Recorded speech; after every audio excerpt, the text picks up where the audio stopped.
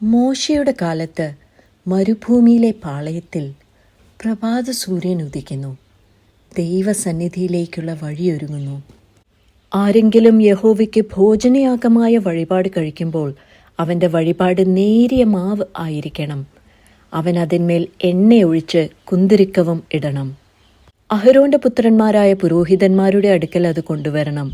അവൻ മാവും എണ്ണയും ഒരു കൈ നിറച്ചും കുന്തിരിക്കം മുഴുവനും യാഗപീഠത്തിന്മേൽ ദഹിപ്പിക്കണം. പുകയുയരുന്നു.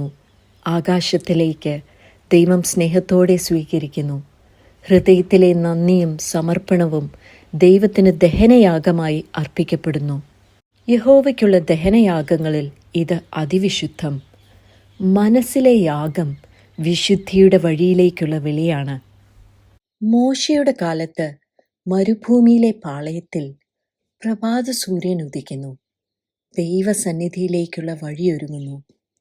ആരെങ്കിലും യഹോവയ്ക്ക് ഭോജനയാഗമായ വഴിപാട് കഴിക്കുമ്പോൾ അവൻ്റെ വഴിപാട് നേരിയ മാവ് ആയിരിക്കണം. അവൻ അതിന്മേൽ എണ്ണയൊഴിച്ച് കുന്തിരിക്കവും ഇടണം. അഹരോന്റെ പുത്രന്മാരായ പുരോഹിതന്മാരുടെ അടുക്കൽ അത് കൊണ്ടുവരണം. അവൻ മാവും എണ്ണയും ഒരു കൈ നിറച്ചും കുന്തിരിക്കം മുഴുവനും യാഗപീഠത്തിന്മേൽ ദഹിപ്പിക്കണം. പുകയുയരുന്നു.